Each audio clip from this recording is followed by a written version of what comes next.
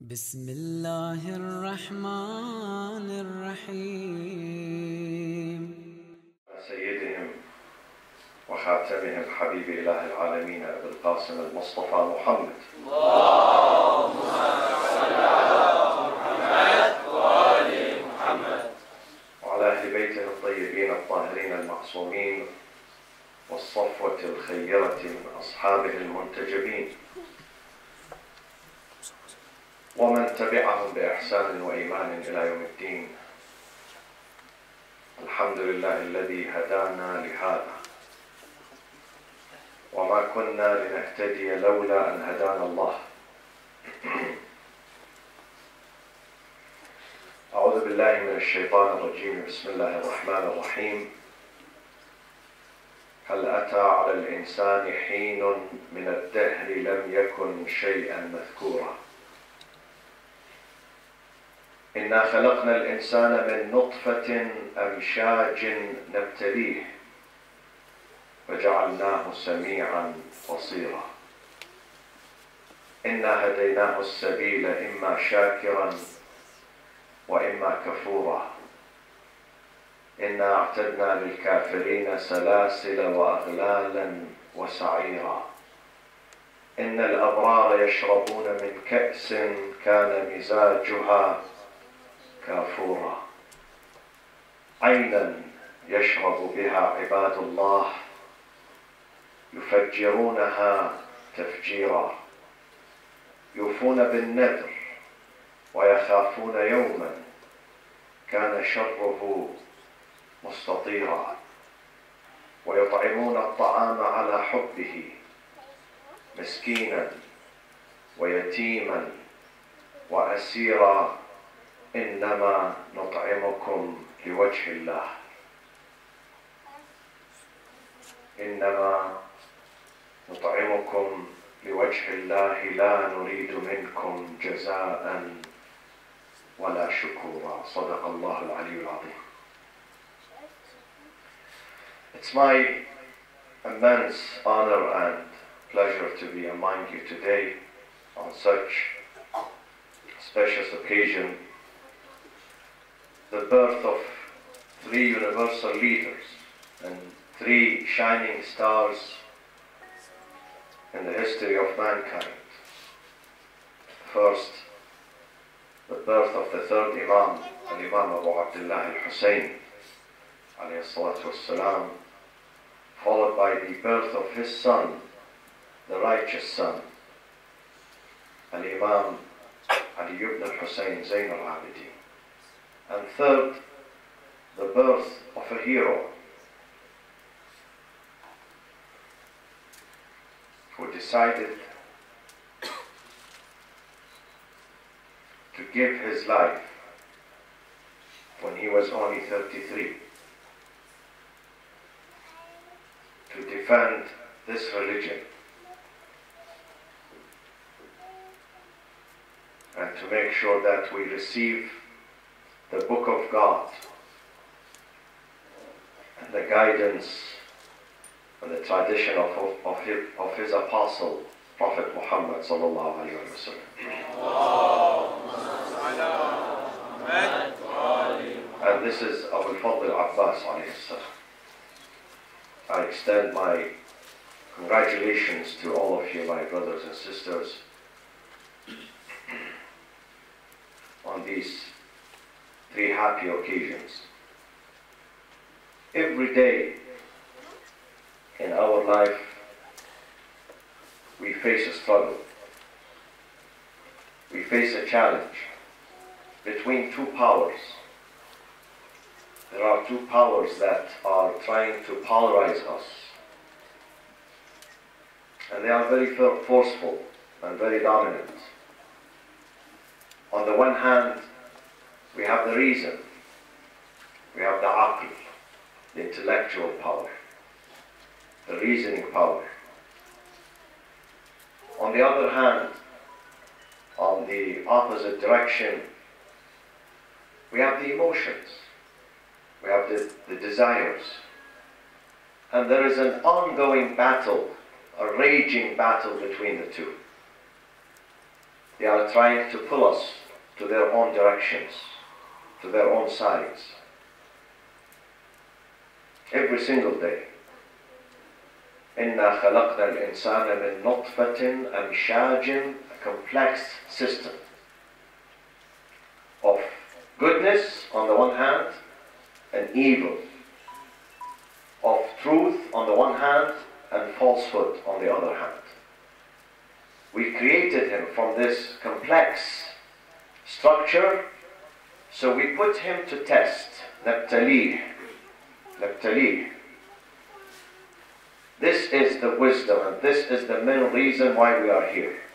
نبتليه, to be tested. فَجَعَلْنَاهُ سَمِيعًا بَصِيرًا إِنَّا هَدَيْنَاهُ السَّبِيلِ. We showed him the way. We guided him through the way. But then we left the choice with him. إِمَّا شَاكِرًا, either he's going to be grateful, obedient, he's going to follow his reason, أو كفورا, or if he wants to submit and succumb to his desires and his emotions, he would be ungrateful, كفورا. إما شاكرا وإما كفورا. We face this challenge every single day. Every single hour we see this challenge.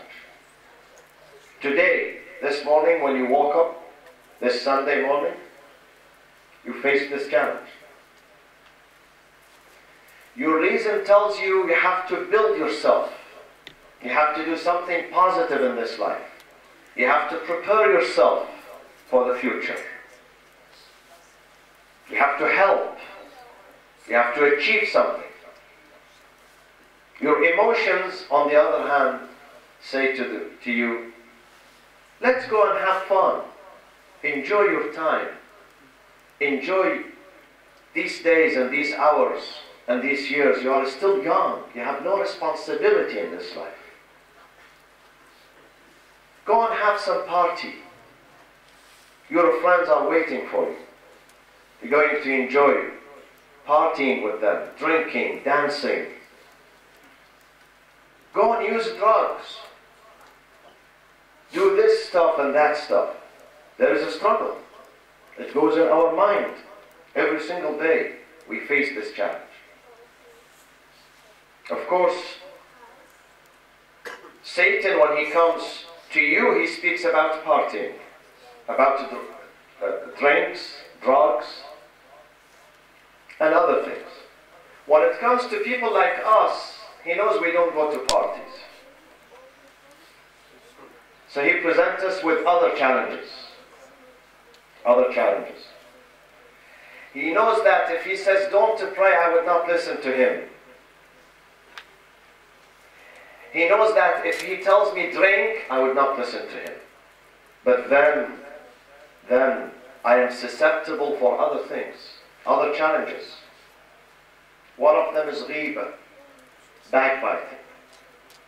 Some people, they don't commit a sin when it comes to drinking, partying, fornication, theft. They don't do that. When it comes to slandering, backbiting, bad-mouthing, they would do that. So each and every person has his own challenge. Every single day. Look at yourself, where do you stand? These sessions, where we started the session with the prayers, with supplications, with Quranic recitations, with some reflection, with Islamic presentations, they are going to fortify you, solidify you, to use your brain, use your reason, to remain strong, not to succumb to your emotions and desires and whims. These are the fuels. You may ask, why I'm here? Why I'm driving some kilometers or miles to get into this place? Why I'm here? I'm spending 2-3 hours here. This is a fuel for your thoughts, for your heart, for your heart. You need this fuel. Those who chose to be somewhere else,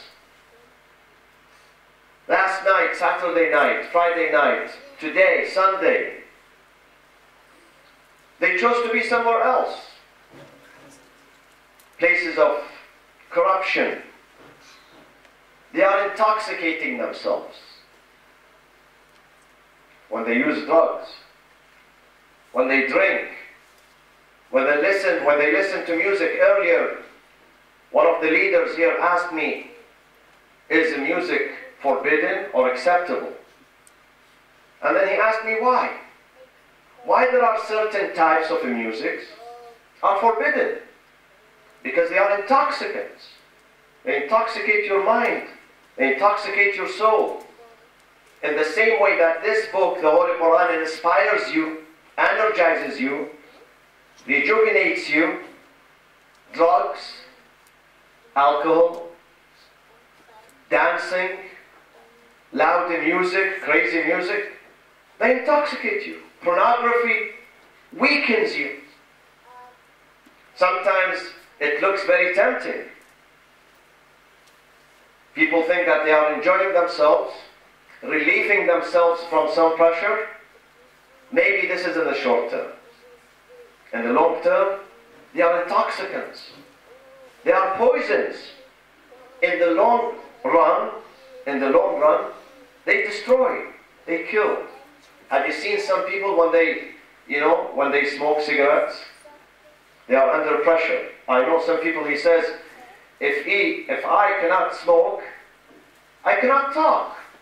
I cannot think. I know some surgeons, they say, some surgeons, if we want to focus on our job, we have to smoke. We have to drink. Maybe this is right in the short run though. Only in the short run. In the long run, you will see the effect of that. He's destroying himself. He's not bringing goodness to himself. He's bringing sickness, ailments. He's hurting himself. This is exactly the work of the music, the bad music. Maybe you get there, you go there, you get some relief. Maybe you feel some happiness. But this is an illusion. This is not real happiness. This is not real happiness. Real happiness when you strengthen your heart. You are young ones. Ahead of you there are thousands of challenges. Ahead of you there is a school, graduation, you have to get a job, you have to get married, you have to establish a family, you have to be a good father, a good mother, a good citizen in your community. These are challenges. You have to strengthen yourself. Through the spiritual food, the mental food, the intellectual, the safe intellectual food, it will strengthen you. It will prepare you for the future. One of them is the Quranic recitation with reflection. The dua, the munajat that you did earlier, with reflection and understanding. When we interact with the wording of the dua, munajat means communion, private talk between the Imam and his Lord, privately. We have to reflect on that. It will refresh your soul. It will induce you with confidence, with assurance. الَّذِينَ آمَنُوا وَتَطْمَئِنُّ قُلُوبُهُمْ بِذِكْرِ اللَّهِ. Those who believe and they receive assurance. They receive peace and stability. Internal happiness. Internal happiness. This is internal happiness. بِذِكْرِ اللَّهِ. With the remembrance of God. When they strengthen and deepen their relationship with God. Their companionship with God. بِذِكْرِ اللَّهِ. أَلَا. Surely, بِذِكْرِ اللَّهِ تَطْمَئِنُّ الْقُلُوبُ. It's only with the remembrance of God, with His company, with His friendship, being close to Him, when you speak to Him truly. Sometimes, my friends, we do these prayers and these Quranic recitations, but mechanically, not spiritually, mechanically. Sometimes we do them, and they are void, they are empty of spirit, empty of intention and focusing. There is no concentration in that. Many people, they do 5 daily prayers, but without concentration. Without concentration. الذين هم عن صلاتهم فويل للمصلين الذين هم عن صلاتهم ساهون. They don't concentrate. They do pray, but their prayers is only mechanical, only physical gestures, standing, sitting, prostration, bowing, and they conclude and they go. They don't enjoy it. They don't draw any benefit out of it. This is mechanical. The real prayers when you focus, when you prepare yourself. ألا بذكر الله تطمئن القلوب. The real prayers is the prayers of Imam Ali ibn al-Husayn Zayn al-Abidin alayhi salam. When he stands, when he goes into the prayers, with all his entity, with all his thoughts, with every cell in his body, he focuses on his prayers. Imam Amir al-Mu'mineen alayhi salatu wassalam. This is why his murderer, he said, he came to the city of Kufa, the murderer of Imam Ali. He said, what is the best time of approaching him? They said, you can't approach him. This man is very smart, you cannot kill him. Unless you approach him while he's praying. Unless during the prayers. And this is how he was killed. During the prayers. ألا بذكر الله تطمئن القلوب. You have to prepare yourself. Ahead of you there are many challenges. Those of you who are married, already married, and you have kids, you have a big responsibility. If you are not married, you will be married soon, inshallah. Before the month of Ramadan, probably. Inshallah. If you are good boys, why not? And then you're going to face many challenges in your marital life. Be prepared. I know people for marriage, they prefer the apartment. We call it apartment. In England, they call it flat. The residence. They have to have a job. They have to have income. They have to have good furniture. These things are needed, no doubt about it. But there is another type of preparation. To be ready for marriage. To be married. To be ready with your heart. Spiritually. Morally. Ethically. This is a bigger responsibility. Money, you can make money. But to make a good family, to raise good children, to be, as a husband, to be a good teacher, a role model to your wife, and for the wife to be a teacher also and a trainer for her husband. هُنَّ لِبَاسٌ لَكُمْ وَأَنْتُمْ لِبَاسٌ لَهُمْ. When Quran speaks about the institution of marriage, he says, you men are protection for them, protection. You strengthen them, you support them, you stand with them. And they are protection for you as well. They protect you, they support you emotionally.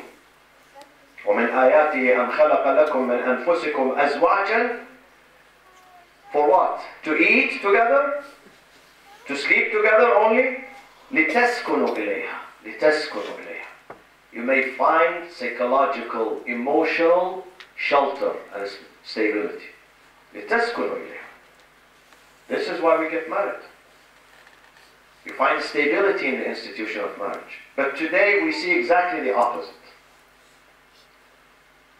Today, when we are away from this book, when we are away from the Bible and the Torah and the scriptures and the divine teachings, when we throw them behind our back, وَمَنْ أَعْرَضَ عَنْ ذِكْرِي فَإِنَّ لَهُ مَعِيشَةً.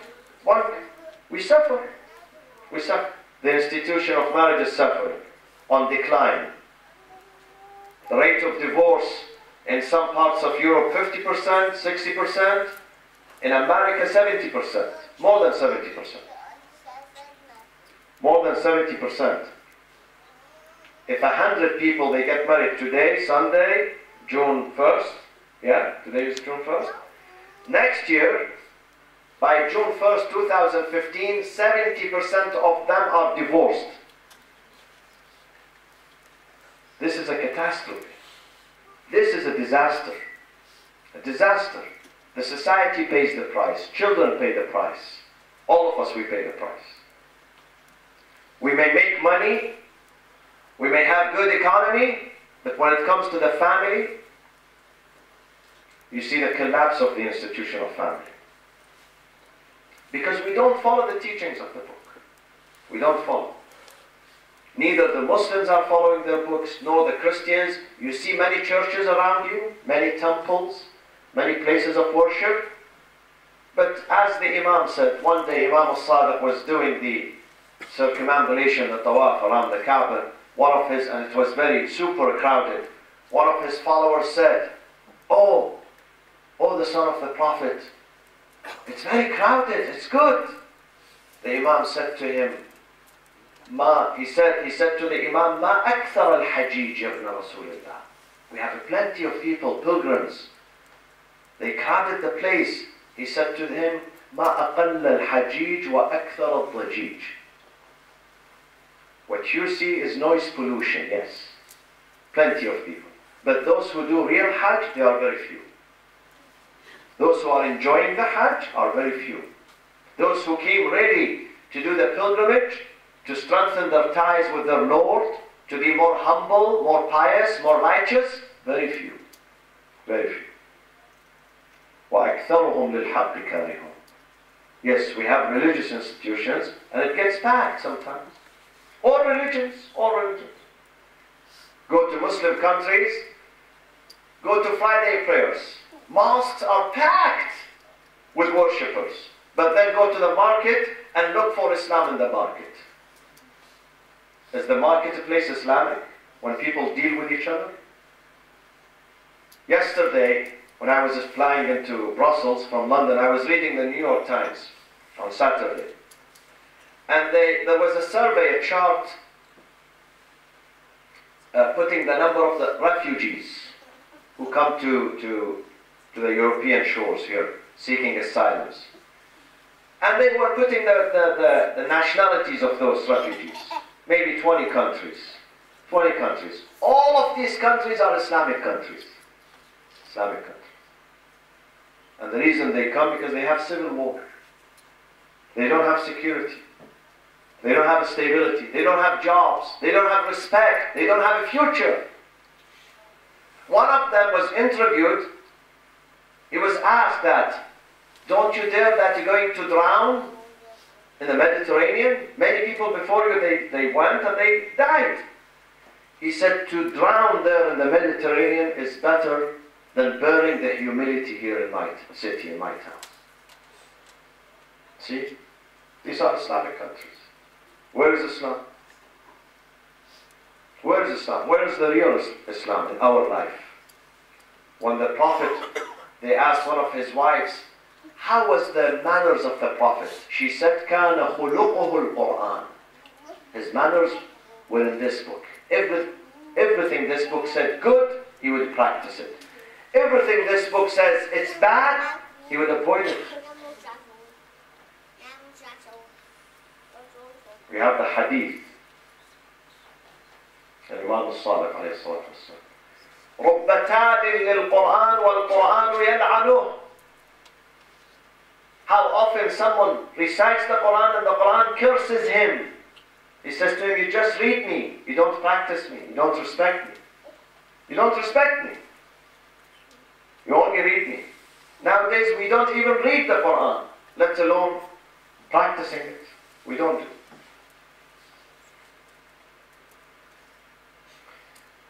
I'm so glad to be among you. Youth leaders. You are the future of Islam. Not only in this city, in this country, but in Europe, in the West. You are the true ambassadors of Islam. I'm so thrilled to see your organization, Ahlul Bayt Society, is it? Society, yes. Sorry I don't speak Dutch. maybe if I stay here 2 more days I will speak. I'm very proud of this society. You are doing a great job. You are serving your Lord first and your religion. And once you serve your Lord and your religion, you are serving yourself. You are serving yourself. إن أحسنتم أحسنتم لأنفسكم وإن أسأتم فلها. When you serve your Lord, you are doing good to yourself. In this life and in the hereafter. In this life, you're going to find the real meaning of peace and stability. My friends, peace, stability, happiness does not depend only on money. And you know that very well. I come from the richest country and the richest state of that country. State of California. The nickname of the state is the Golden State. You know that.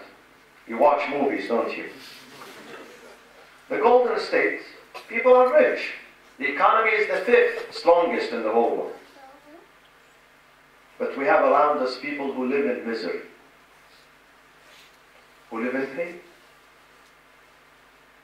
The latest survey in America says 83% of the American people, they have a problem sleeping. They suffer from sleep deprivation or sleep disorder. They don't enjoy their sleep. 83% of the people of the strongest country in the whole world. The most dominant society in the whole world. 83%. They don't enjoy their sleep. Because they don't have money, they have money. Actually, because they have too much money.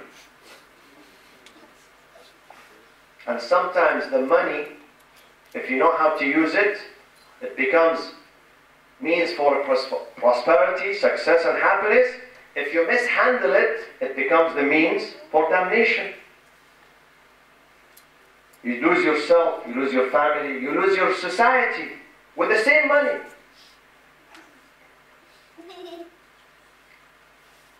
So, money is not the only source of happiness. When you have good friends, influential friends, strong friends, and who's the best friend? Who's the best friend we must have? Huh? The Lord, Allah subhanahu wa ta'ala. يا حبيب من لا حبيب له يا طبيب من لا طبيب له يا جار من لا جار له يا عماد من لا عماد له. Oh my Lord, who's my sweetheart? You are the only sweetheart I have. You are the only friend. I don't have any friends. I am lonely. In this life, even if you are surrounded by friends, and you have family members with you, you are still lonely at the end of the day. Those friends, at certain times, those friends, they would not be able to help themselves, let alone helping you. But the only friend, when you call upon him, and he says, لبيك عبدي. وإذا سألك عبادي عني فإني قريب. I am so close to them. If they search about me, if they come and say, where's the Lord? Where's God? قريب أجيب دعوة الداعي إذا دعان. You need this friend. Even if you are the richest, the healthiest, the youngest, the most influential, the strongest, still you need God. We are not self-sufficient. I always explain to my Christian friends, I say to them, very brief, when they come to know about Islam, I tell them, listen, the difference, Jesus cannot be the Lord. They say, why? I say, because Jesus needed to eat, he needed to drink, he needs to sleep, he needs to rest, he has needs, and God is self-sufficient. God is free of all needs. Free of all needs. That's the major difference. God, يا أيها الناس أنتم الفقراء إلى الله والله هو الغني حميد. والله هو الغني الحميد. You are in need to the Lord. He's self-sufficient. He doesn't need anything. He doesn't need anything. Jesus cannot be the Lord because He has needs. We have weaknesses. No matter how we think we are rich and self-sufficient and we build the future for ourselves, we have good career, good job, good health, still at the end of the day you need God. So you have no way and no choice but to be with Him. The month of Ramadan is coming soon. Don't miss out on this opportunity. If you can make it to the sessions, come. If not, at home. Don't forget to read this book and reflection on this book. Do not forget to read the du'as, the supplications. How do you build yourself physically? Where do you go? To the gym. You exercise. I hope you all exercise, inshallah. You build yourself. How do you build yourself spiritually? What gym do you go to? Where do you go to? You go to the dua. You go to the munajat. Even these short supplications after the prayers. I advise you, my friends, my good friends, when you finish the prayers, don't just stand and go. First of all, try to perform the tasbihat 34 times, Allahu Akbar 33 times, Alhamdulillah 33 times, Subhanallah, glory to my Lord. I sanctify my Lord. The closest person to the heart of the Prophet, Fatima az-Zahra, his sweetheart, alayhi salam, she came to him, she said to him, Daddy, I'm overburdened by work. I'm alone. I have 4 children. My husband is working outside, and sometimes he comes back home from a battlefield, from a military excursion. He's wounded. I need some help. The Prophet said to her, I am going to help you. He came to them. He said, Ali and Fatima, you are the closest people to me. I'm going to teach you something which is going to be of help and support and peace to you both. إذا أخذتما مكانكما ليلا. When you go to bed at night, before you fall asleep, كبر الله سبحانه وتعالى 34 مرة.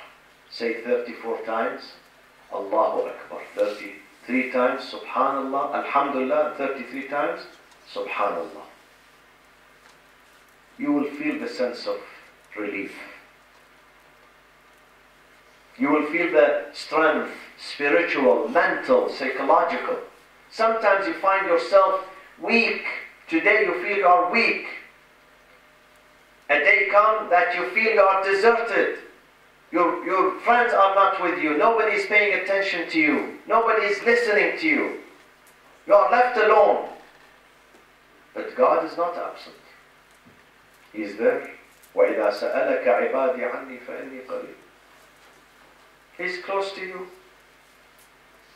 You can call upon God anytime, any minute. He's there, He's available. He loves to listen to you. The hadith says sometimes a non-worshipper, a sinner, would call upon God and God would say to the angels, fulfill his needs for him immediately. Because I don't want to listen to his voice. This is a hypocrite. This is a sinner. When he's enjoying his time, he does not remember me. Only when he's in trouble, he says, oh God, help me. Okay, no problem. Give him what he wants. But if a believer, person like you, a worshipper, calls upon God, God says to the angels, don't give him now. Don't give him what he wants, because if you give him, he would not call upon me. And I love to hear his voice. Now, do you know why sometimes when you say, "Oh Lord, please, I need this to happen," there is no answer. He wants you to keep praying, keep supplicating, keep saying, "Oh Lord." He wants to hear your voice. He wants to hear your voice. Be patient. This is part of soul building, spirit building, character building through the dua. Don't miss on the month of Ramadan, my friends. Our imams, what do we learn from them? We learn from them, the first thing we learn, how they were true servants to God. True servants, genuine servants. Genuine servants. Imam Zayn al-Abidin alayhi salam, he would stand in his sanctuary every night for supplication. During the day he would not sleep. Some people maybe they spend the night in worshipping. During the day they sleep, they rest. During the day he teaches the people. He would purchase the slaves from the market. He'll bring them to his own home. He will give them courses on Islamic teachings, Islamic ethics. Then after 1 year he will free them. But he says to them, listen, you are free for the sake of God. You are not a slave anymore. But I want you to carry this message of Islam to others. To be a muballigh, a preacher, a messenger of Islam, ambassador of Islam. This is Imam Zayn al-Abidin. Abu al-Fadl Abbas was your age. Same age. And he had many aspirations, many dreams. But he knew that if he stands with Imam Hussein on that day, on that critical day, where all the Muslims, they abandoned Imam Hussein. They were the seekers of this dunya, short life. مِنْكُمْ مَنْ يُرِيدُ الدُّنْيَا وَمِنْكُمْ مَنْ يُرِيدُ الْآخِرَةِ. At every time there are people who are seekers of this brief and short life. But others are more intelligent. They look forward. They are more prudent. They look for a better investment plan. They look for the akhirah. They know that in this life, even if they live for 50, 60, 70, 80, 90 years, at the end they have to go. They have to go. Life is fast moving. They have to go. So they invested for the akhirah. They sought eternity in the akhirah. One of them was Abu al-Fadl Abbas alayhi salam. We learned from them. Before I conclude, and then we will open the floor for discussion, I'm impressed with you for certain reasons, which I'm going to tell you these reasons and share them with you. First of all, your gathering in this community and this society is universal. You find the Iranian, the Afghani, the Lebanese, the Iraqi, the Syrian. Who else we have? Turkey. Dutch. The Dutch. Of course, all of you are Dutch. Even me, if I stay here, I will be here. Who else we have? Turkey. The Turkish people, of course. The Adari, Azerbaijan, and others. Alhamdulillah, this is the beauty of Islam. We sit next to each other. We live like a family, one family, without boundaries, without these artificial boundaries. That his skin is this color and my skin is that color and I am better than him. My language is Arabic, so I am better than you who are non-Arabs. No. Inna akramakum indallah. The most honored of you, the closest one of you in the eyes of God, to God is the Arab. Not the Arab. The rich, not the rich. The most pious and righteous. Inna akramakum indallahi atqakum. This is the beauty of Islam. We don't have superiority and inferiority. Inna akramakum indallahi atqakum. Imam Zayn al-Abidin, we are celebrating his birth today. Imam Zayn al-Abidin says, خلق الله الجنة لمن أطاعه ولو كان عبدا حبشيا وخلق النار لمن عصاه ولو كان سيدا قرشيا. God has prepared paradise and heaven for those who obey Him, even if that person is a slave from Africa, but he obeys God.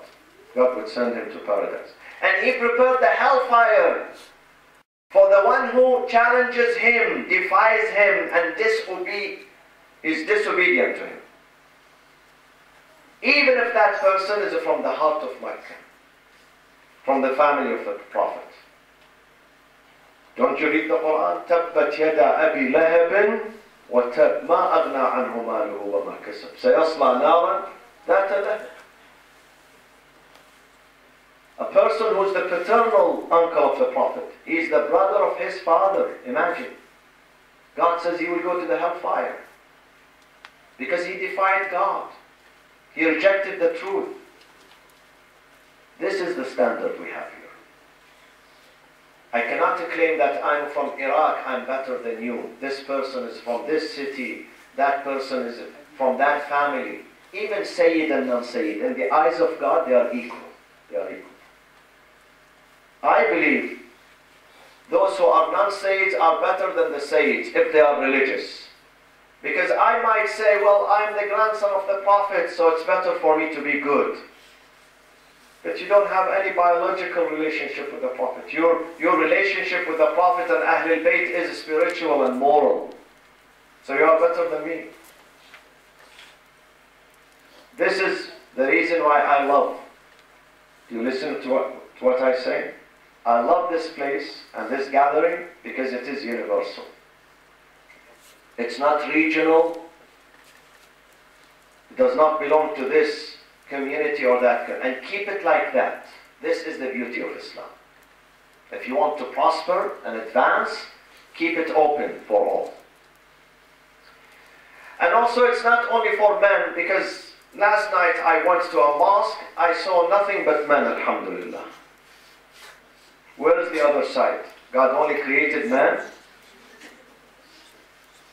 No women? They have no place in our religious institutions. We expect mothers, we expect women to be good mothers, good sisters, obedient wives. They cook good food for us, they serve us, they teach our children. But when you come to a religious institution, not this one, others, they have no place. They have no place. Or they have to dump them in one of the rooms, which is hot and dark and small. This is the case everywhere you go. In America, in Europe, this is the case. Patriarch society that only celebrate the male. They have no room, like the Arabs, of course. No room for the females. And Prophet Muhammad sallallahu alaihi wasallam says, "Uhibbu min dunyakum thalath." I cherish out of this life, lower life, I cherish 3 items. الطيب, fragrance. والنساء, women. He came to a society where women had no respect, no position, no leadership role. They were mere servants. They were treated like slaves and like animals. He said, I admire them. Those going to be mothers. Those are the nurturers of you. I admire them, I respect them. And وَقُرَّةُ عَيْنِي الصَّلَاةِ. The joy of my eyes is when I stand before my Lord. We have to give them space and respect and rule. Begin with your mother. Begin with your mother. This is what this book says. God says, I enjoined on man to be good and nice and beautiful to his parents, in particular, his mother. حَمَلَتْهُ أُمُّهُ وَهْنًا عَلَى وَهْنٍ. To be a good Muslim is to be someone who's very close, the closest one to his mother. In the family, if you have 5 or 6 or 7 siblings, you have to be the one who's the closest to his father and his mother. You have to be the jewel of the family. Try to be the closest one to your parents. If you can achieve this, you're going to be tomorrow a good husband, a good wife, a good citizen of this country, a good citizen of the kingdom of God on earth. Be dutiful to your parents. This is part of being a good Muslim, a good believer. I see some people, they are good when it comes to practicing Islam. They are super. But you go home, their relationship with their parents, terrible. The mother is not happy with them. The father is not happy with them. That does not work, my friends. That does not work. وَقَضَى رَبُّكَ. Your Lord has enjoined. وَقَضَى رَبُّكَ أَلَّا تَعْبُدُوا إِلَّا إِيَّاهُ وَبِالْوَالِدَيْنِ إِحْسَانًا. Be good to him and be good to your parents. I can't say, God, I will be good to you only. I can't stand my mother. I can't stand my father. Does not work. Even if your mother and your father, you think they are not good. You think they are not righteous. You think there is something bad with them. No problem. They are your parents. Be patient with them. وَلَا تَقُلْ لَهُمَا أُفٍّ وَلَا تَنْهَرْهُمَا وَقُلْ لَهُمَا قَوْلًا كَرِيمًا. Do not neither repel them nor insult them. Try to address them in the best manner. This is how you present Islam to the West. I said in the beginning, and I conclude by saying, each and every person here, you could be students, you could work now in any capacity, you could be a teacher, you could be anything. But at the same time, you carry a second title. What is the second title? Huh? Do you remember what I said in the beginning? Ambassador of Islam.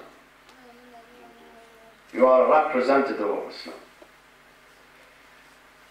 How do people know about Islam? You think they come and read this book? This book, even the Muslims, they don't read it.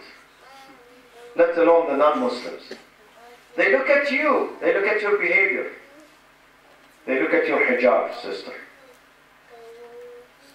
Hijab is not a piece of cloth that you cover yourself with it. Hijab is a behavior. Real hijab is Islamic manners. How do you carry yourself? How do you conduct yourself in public? Outside the house, inside the house, with your friends, at the school. Look at your behavior.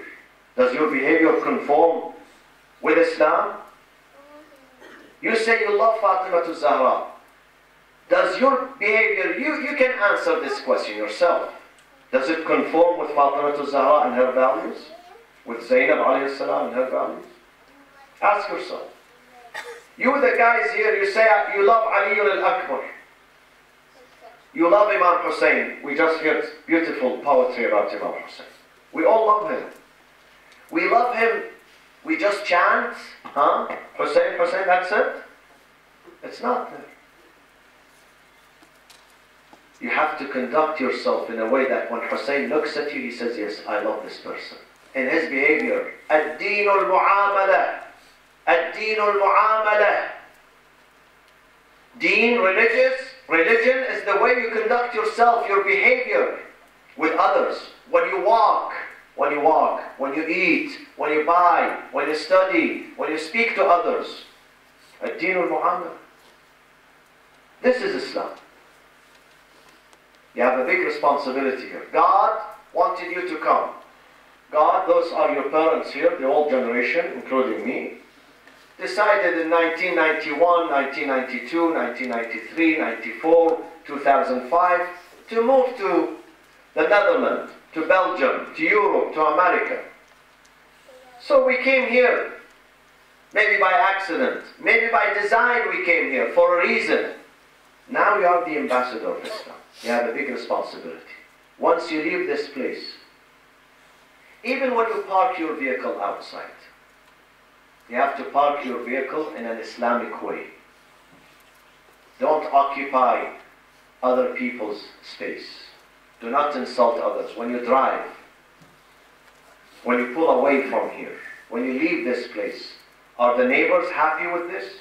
I know in many American cities, the mosque, when you go to a mosque, all the neighbors around the mosque are unhappy because of the noises. Because Muslims, when they leave the session, you see nothing but noise pollution, screaming, "Oh, Hamad, come here!" This is what you see. I had a lady who came to me, ultimately she died of cancer. She used to come to me, she would tell me, "Imam, come on, Imam, I cannot sleep the night. Keep it down, keep it down." Always, every day, she comes to me, "Imam, please keep it down. Tell your congregation, tell the people." And I would ask the people nicely, "Please, please, if you want to make Imam Hussein happy, you are coming here to make Imam Hussein happy. Make him happy through keeping it down. Respect the neighborhood." Maybe, my friends, with the old generation, it's too late. Are you with me? Sallu ala Muhammad wa ala Muhammad.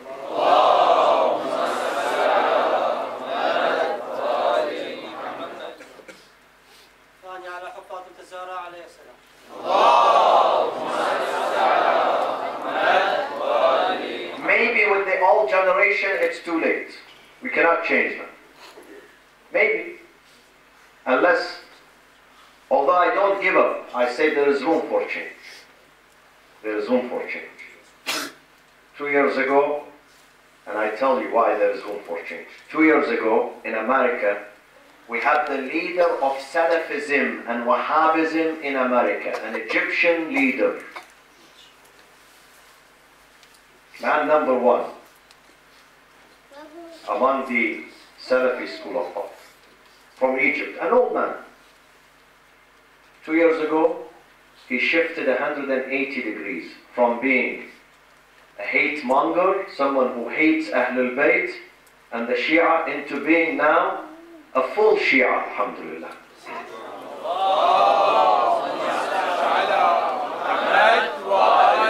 Someone who's fully committed to Ahlul Bayt and their message at the age of 75. So there is room and there is hope. But I say, if you think there is no room for the older generation, then there is room for you to change. To change these habits. My friends, let me conclude by saying, unfortunately, Islam has a rough journey in our countries. I know many people who decide to pack and go. Let me go back to my country, to Pakistan, to Afghanistan, to Iraq, to this, to that. They go there after 6 months, they come back. They say, we can't. You know, I'm much happier living in a non-Muslim country. A bitter reality. A reality, but it's very bitter, unfortunately. So let's be good ambassadors, good representatives of Ahlul Bayt here. Inshallah. We would have a rest for a few minutes, and then inshallah we will continue. If you have any questions or discussion or comments, please feel free to share them with us. May Allah bless you all. وصلى الله وسلم على سيدنا محمد وأهل بيته الطيبين الطاهرين.